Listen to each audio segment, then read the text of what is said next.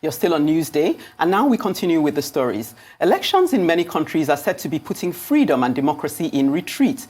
Intended as mechanisms for the peaceful arbitration of political rivalries, they frequently become flashpoints for political violence. All too often, elections serve merely to give autocratic regimes a veneer of legitimacy. Countries have therefore been advised on how to strengthen the integrity and legitimacy of their electoral processes and avoid election-related violence. They should look beyond technical requirements and focus on creating conditions for legitimate elections, making it possible to govern peaceably in a climate of trust. Now joining us to discuss electoral matters, especially electoral reforms, is Alistar Soyode, former presidential candidate and director of Voting Electoral Processes and System Study Inter-Party Advisory Council of Nigeria, IPAC. Good to have you join us on Newsday. Thank you very much. Yes. So we're all following the whole process of electoral reforms, and it seems to be the hot topic at the moment. What would you say is for you a top or a key issue that would be the game changer if we're to look for a more transparent and representative form of elections? Well, thank you very much for having me on. I think the key point here is definitely something that we have to work on. Especially here in Nigeria, we're talking about reform, and it is good that potentially the INEC chairman has been reappointed into office. All the process of things that they say they're going to implement before the 2019 election need to come on board. And again, as we have seen all around the world, even including Ghana, having an e-electoral voting system. I think Nigeria is key. We must change all those processes and allow people to really go out to vote. And again, when we're talking about the process, which INEC know, especially of our candidate, I believe absolutely that what INEC need to do is make sure that all the constitutional reform that they seek in the National Assembly is being implemented immediately, especially in the beginning of his second term in office. And there has been increasing clamor for diaspora voting for Nigerians, but each time that comes up, a spanner has been thrown in the wheel. What is your take on diaspora voting and the many challenges that the electoral body, seems to have listed as to why Nigeria cannot have diaspora voting at the moment? Well, really, there shouldn't be any excuse anymore why diaspora voting should not be in place. As you rightly know, we now have the Nigerian Diaspora Commission, which is led by Honorable Abike.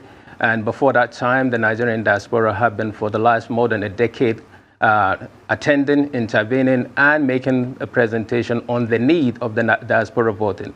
It's not just about the so-called remittances, which at least now the CBN has recognized the influence of the Nigerian economic power contributing to the national development. So I think it is key. There is no excuse whatsoever. As I said, smaller African nations are conducting and allowing their diaspora community to contribute towards that electoral process in their own country. Nigeria being the number one in terms of economy, political reform, population, we must likewise allow our diaspora community to begin to vote. There's no excuse whatsoever. The INEC chairman before then, he has always been saying the process can be executed, can be implemented. All they need to do is the National Assembly to tweak that constitutional amendment, whereby that allow the diaspora Nigerian outside the country to be able to vote.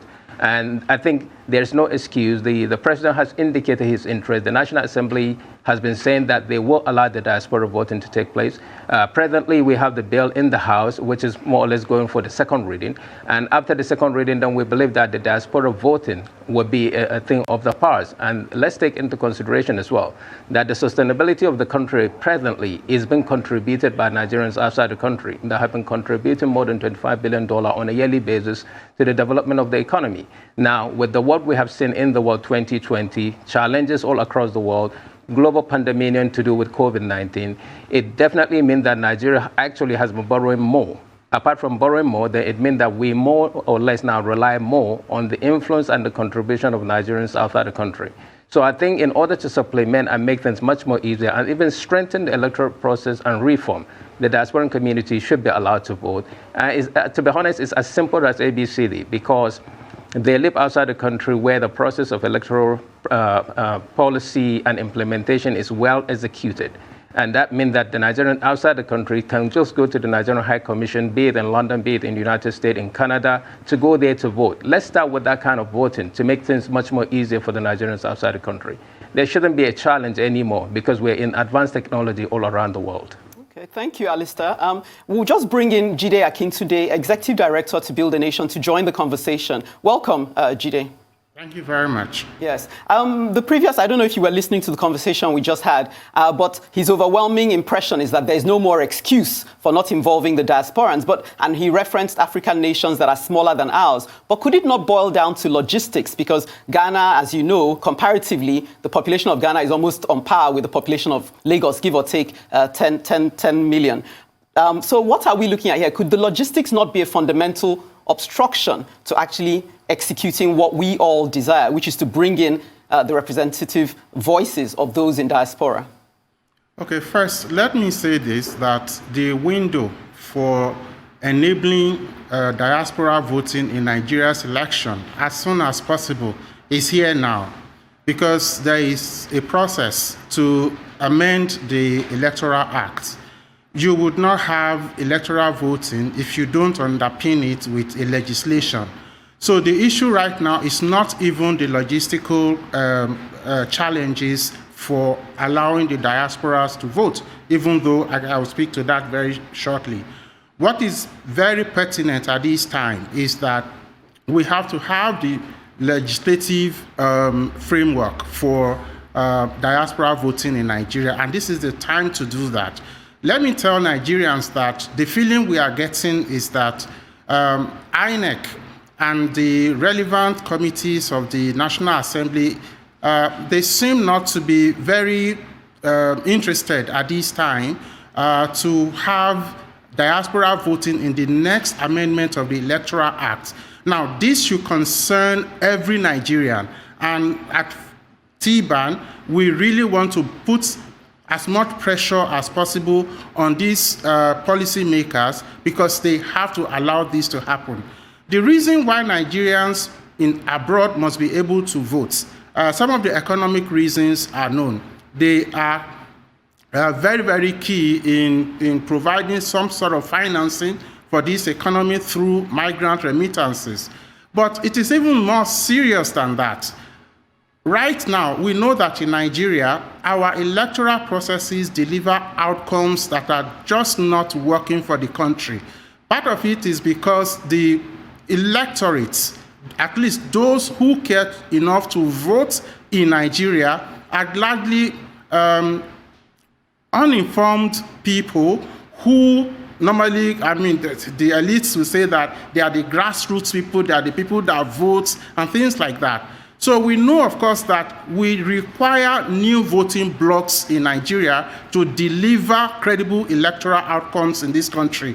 And one of those blocks would be Nigerians abroad, because you cannot buy their votes. That's number one. We also need the middle class to get its act together and put on a thinking head, because we have seen how continually this system is squeezing us. We're losing our jobs, we're losing our income, simply because during election we believe that we are fine, we have our jobs, but after election, after another government that has no clue about how to grow the economy, has no clue about statecraft, then we begin to see the pressure mount on us. We begin to see our jobs disappear. We begin to see our businesses, collapse. So it is absolutely important that we should put the pressure that is necessary on both the INEC and, of course, the National Assembly, such that this window of amending the Electoral Act is not missed. Okay, Mr. Akintunde, if you allow me come in here so that we have a conversation.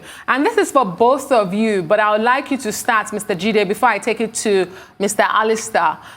Some of the reasons given in the past, as early as this year, before the amendment commenced by the lawmakers, include who really constitutes a Nigerian diaspora? Is it those in the West or those who are living in African countries as well? In what elections do they participate in? Is it the general elections, such as the presidential and national assembly, or do they also partake in local government elections? In that case, which of the local governments would they be voting for? And just few of the many questions that the lawmakers are raising. You see, Nigeria is not trying to do what is uncommon. There are several countries that have diaspora voting as a matter of course because they have passed the enabling act to be able to have this. So there are several frameworks. There is no one-size-fits-all for diaspora voting around the world. So what we should look at is what works for us and what could be the starting point. Usually, you could have a situation, for instance, that the people who will be able to vote have to go physically to maybe the embassy of the country abroad and vote. But there are other countries that even allow you to mail in your ballots. In the case of some countries, they would say you could vote in national elections. Some will say that if you have lived abroad for a certain number of years, but you commit to returning, you can vote. And some people in some countries, including France, absolutely makes it an all-common thing. Citizens abroad can vote without any kind of restriction.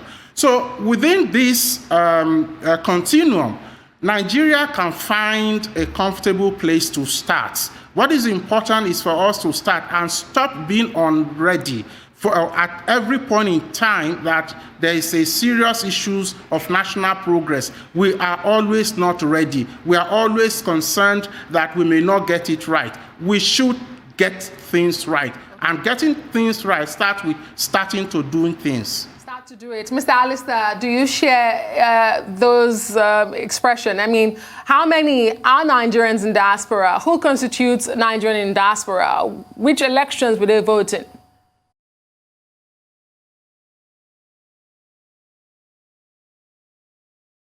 Mr. Alistar, if you can hear me, I'm asking you the same question I asked Mr. Akintunde. The lawmakers have given reasons such as who actually is a Nigerian in diaspora? Is it only those in the West? Are we going to be looking at those also in African countries? How many are we in diaspora? And what elections are we going to be voting in?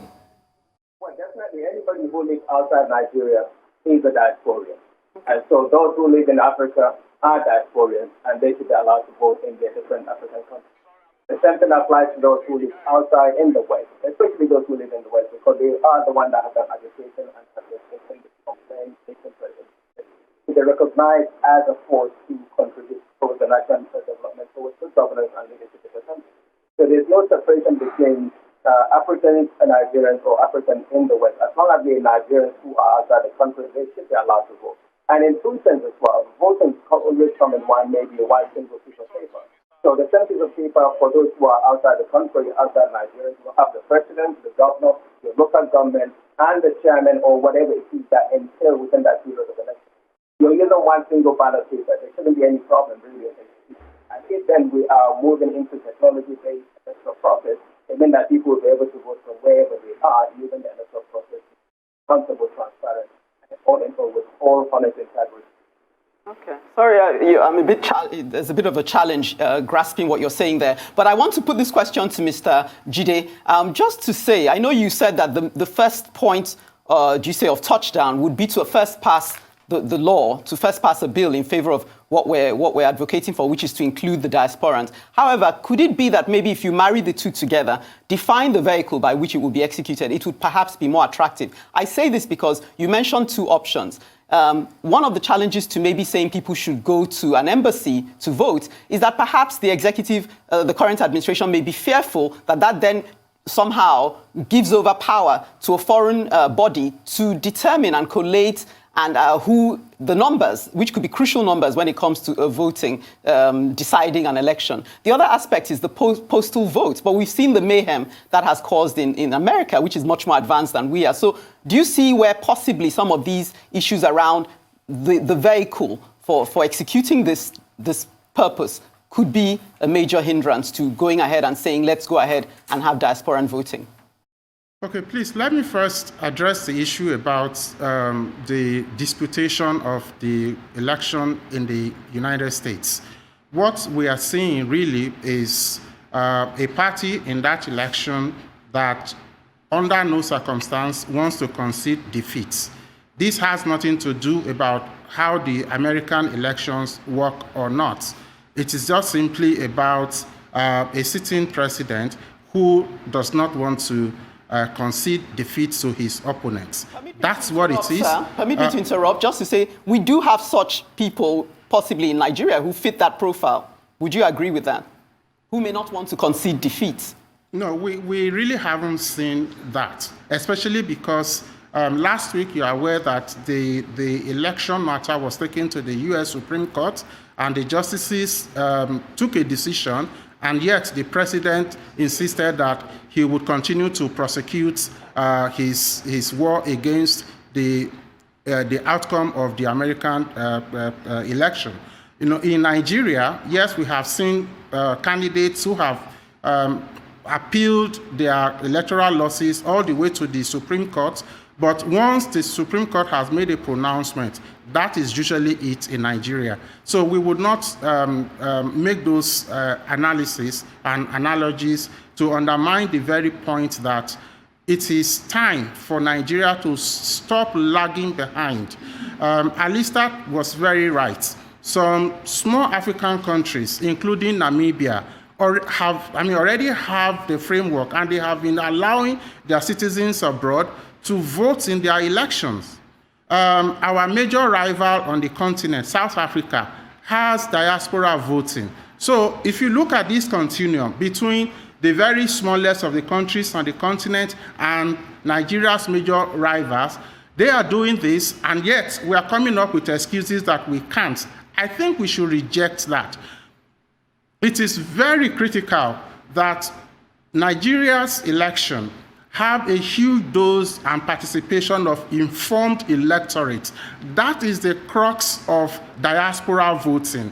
We have to ensure that people are voting knowing the full weight of the decision they are taking when they thumbprint their ballots. That is very key. Now, with regard to how votes may be transmitted and with regard to whether enough people will be able to file at the embassy to vote. Look, with regard to how votes will be transmitted, I think that it is already settled that the next Electoral Act would have electronic transmission of votes,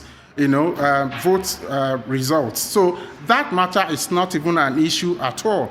But with regards to Nigerians going to Nigerian embassies to vote, voting at the Nigerian embassy is as good as voting in the country, because that is the Nigerian space in those foreign countries that we have Nigerians. So the issue of foreign interference does not even arise in that scenario at all. All right, Mr. Alistar, why do you think that anyone would be against diaspora voting? I mean, you've highlighted the benefits of it, both of you. Why should anyone be against it? I think the biggest thing is the perception. The perception in the sense that what people have been seeing before in the country, that when they vote and they used to believe that their voting has not been counted, is not worth voting in the country. That is the perception. We need to eliminate that perception and saying, well, it doesn't really matter. We want to strengthen our democracy in the country. We want to strengthen providing good governance in the country, good leadership. And in this aspect, at least we know that in the West or in the Western nation, they have advanced a process of the electoral process in those countries. So likewise, we should allow the diasporan to test that kind of thing that we have seen abroad, to transfer that kind of feeling to the Nigerian people. So we need to eliminate the perception. And the other thing is, again, the people of the National Assembly tend to believe that maybe it doesn't really matter because the vote in Nigeria is as high, as big as the number that they so desired.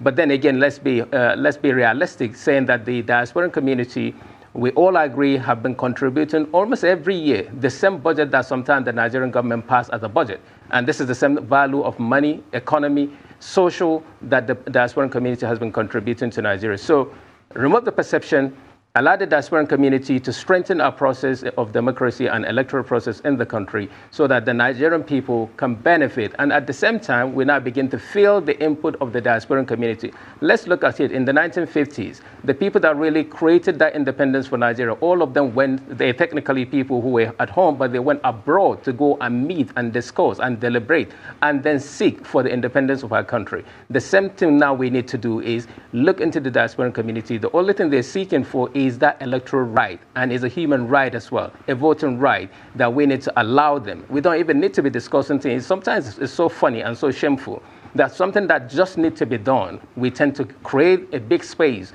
and continue maneuvering around it. It is right time for us to move into 2021, allowing the diasporan community to actually vote, allow the bill to pass through the process that it needs to pass, take it off, and then now let's look at how their contribution, not just in economic value, but in creating good governance and leadership in the country.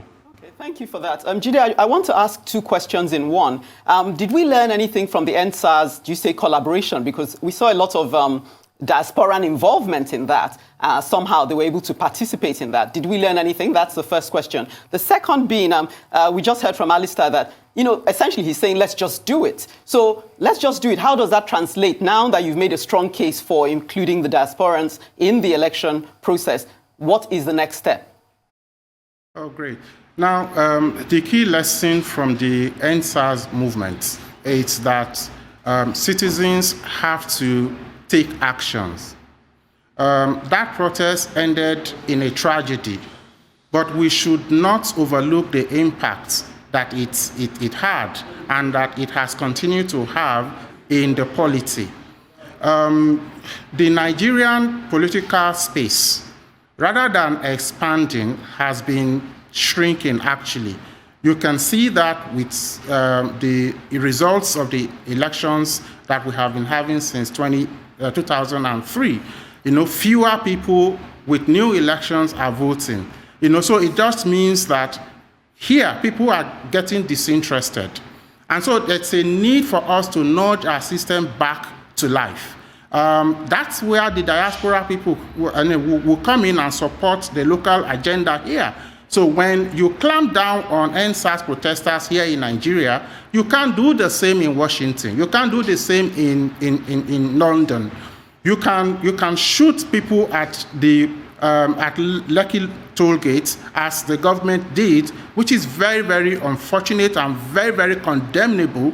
But you cannot have that happen in Washington. You can't even have that happen in South Africa to Nigerians who are peacefully protesting. So the government shot at the protesters. The tribunals are still in session. Please go on.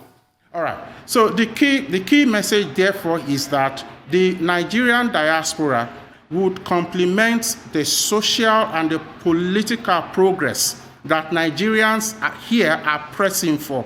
We have seen what their impact has been with regard to the economy via the remittances of about $20 billion annually to this economy. It is time for us to also allow the diaspora to have an opportunity to weigh in on social progress in Nigeria, on political progress in the country as well. So that is the lesson.